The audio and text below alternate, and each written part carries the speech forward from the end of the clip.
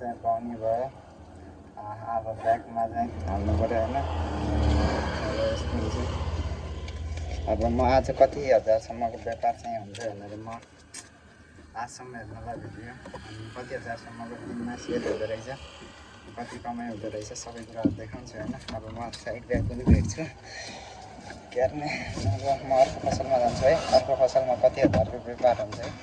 Finally होइन मैले चाहिँ एउटा दोकानमा चाहिँ 11,010 रुपियाँको सेल हाने।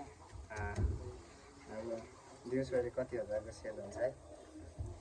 दिउँसभरि भन्दा नि 2-4 घन्टामा कति हजारसम्मको सेल हुन्छ हेरौँ। अनि यस्तो भिडियो बनाइराख्दाखेरि चाहिँ के बेचेर चाहिँ यति बनायो भनेर होला तिमीहरू लाग्ला होइन। दारु आइटम हो है। दारु आइटम बेचिरहेको छु। लास्टसम्म हुँदैन।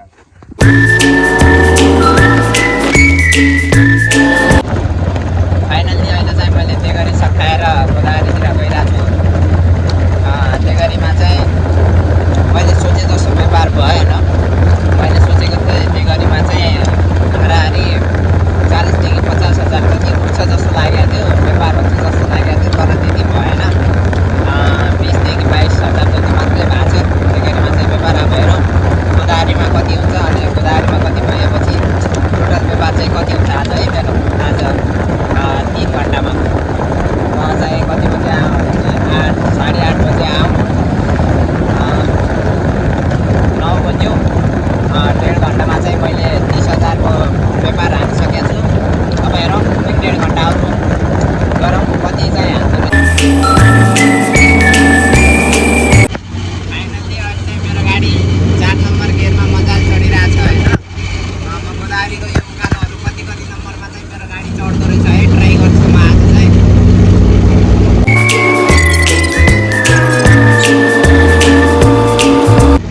अहिलेसम्म चाहिँ मेरो गाडीले मजाले चाहिँ यो उकालोमा चाहिँ होइन गोदावरीको उकालो चाहिँ 4 नम्बर गियरमा मजाले तानिरहेको छ कि चढिरहेको छ। हेरौँ कहाँसम्म पुग्छ 4 नम्बर गियरमा।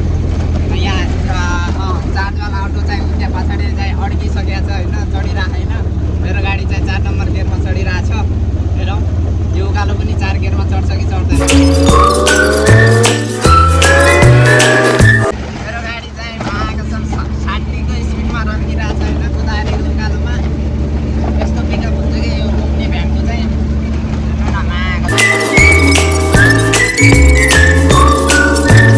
टिभीको चाहिँ भर हुँदैन रे। आज इभीमा भोलि टिभीमा भन्ने एउटा बनाइसकेको छ होइन उखान-टुक्काइ चाहिँ। तर यो गाडीले किन यस्तो गर्यो, मलाई ओभरटेक हान्न दियो भने फाइनल्ली त्यो हाइसलाई पनि मैले ओभरटेक हानिसकेको छु। अब के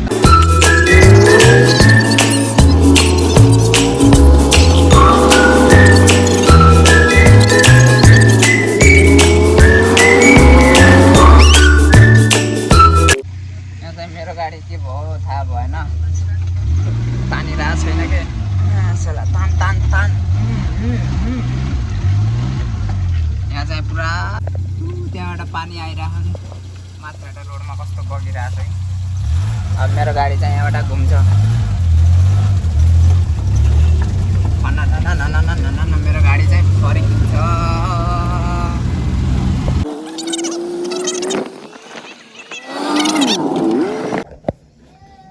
फाइनल्ली गाइज होइन मैले चाहिँ यतिको व्यापार गरिसकेको छु। अब के कति भएको छ है। लगभग 40-50 हजार जति हुनुपर्छ भन्ने हो। क्युआरहरू गरेर यताउता गरेर कतिको व्यापार भएको रहेछ। मैले चाहिँ 2 लाखको सामान चाहिँ गाडीमा लोड गरेर ल्याएको थिएँ होइन। 2 लाखमा चाहिँ कतिको चाहिँ व्यापार भएछ है म हेर्छु है टक्क।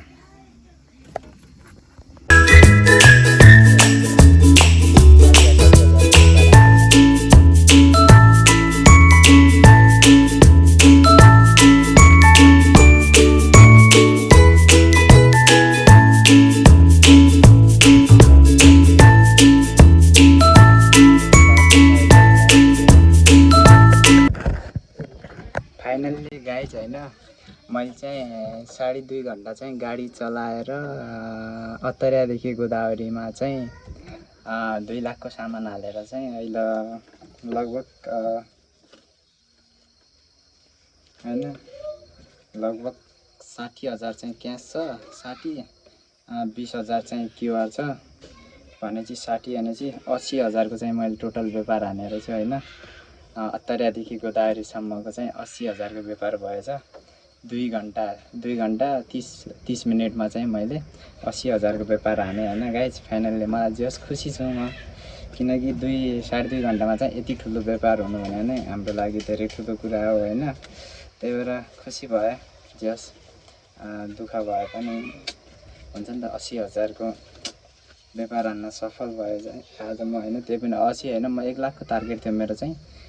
1 लाख पनि सकेन, किनभने 1 लाखको टार्गेट थियो तर 1 लाख सकिएन, किनकि अहिले पानी परिरहेछ बाहिर। पानी परेको कारणले चाहिँ अलिक भएन भनौँ व्यापार। पानीको कारणले अब गोदावरीतिर मान्छे चलेकै छैनन्। अब गोदावरी मान्छे चलेपछि पो होटलवालाले राख्ने होइन। तर लगभग 10,000 त भाडो, नेपाली 16,000 त भाडो उठिसकेको छ। 80,000 जस खुसी लाग्यो।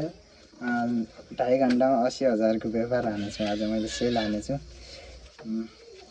ल गाइज फाइनल्ली होइन, सबैजनालाई मेरो भिडियो के कस्तो लाग्छ, यदि भिडियो मनपर्छ भने च्यानललाई सब्सक्राइब पनि गरिदिनु होला, लाइक कमेन्ट पनि गरिदिनु होला, भिडियोलाई सेयर पनि गरिदिनु होला, भिडियोलाई सबैजनाले माया गरिदिनु होला है। यस्तै भिडियोहरूका लागि मैले चाहिँ 80,000को व्यापार हान्न सफल भयो। पुरा लिस्टहरू पनि छ होइन। यहाँ पुरा लेख्दै यताउता गर्दै लेख्दै टक्क फाइनल्ली अब मैले गाडी चलाउने भनेको चाहिँ सिर्फ 22 मिनट मात्रै हो। गाडी धेरै चलाउन्न, 22 मिनट गाडी चलाएर अनि राखिदिन्छु। अनि त्यसपछि बाइकमा मात्रै घुमिरहेको छु यताउता। अब कहीँ जानु पऱ्यो भने बाइकमा। पानी पनि पऱ्यो होइन, ठ्याक्कै मैले काम पनि सकाएँ, पानी पनि पऱ्यो। जस पानी पनि परेन मैले काम गर्दाखेरि खुसी लाग्यो। धेरैजनाहरू भन्छन् नि त अब ड्राइभर त, खासमा म ड्राइभर होइन है साथीहरू, किनकि म सिर्फ 22 मिनट गाडी चलाउँछु। 22 मिनट चलाउनेलाई कोही ड्राइभर भन्छ भन्दैनन् नि, किनकि न त मसँग लाइसेन्स छ न त केही छ। सिर्फ 22 मिनट मात्रै हो मैले गाडी चलाउने। लगभग टोटल 3 घन्टा। 22 मिनट गाडी चलाउँछु, अरू 22मा भनेपछि तपाईँको अरू चाहिँ त्यही हो 2.5 घन्टा चाहिँ म सामान बेच्ने काम, हिसाब गर्ने, यताउता अर्डर लिने, सामान दिने काम गर्छु। हस् त, मेरो भिडियो के कस्तो लाग्छ सबैजना लाइक कमेन्ट सेयर गरिदिनु होला है। सब्सक्राइब पनि गर्नु होला, च्यानलमा जोडिनु भएको छैन भने यस्तै खालको भिडियो हेर्नका लागि। हस् त, बाई।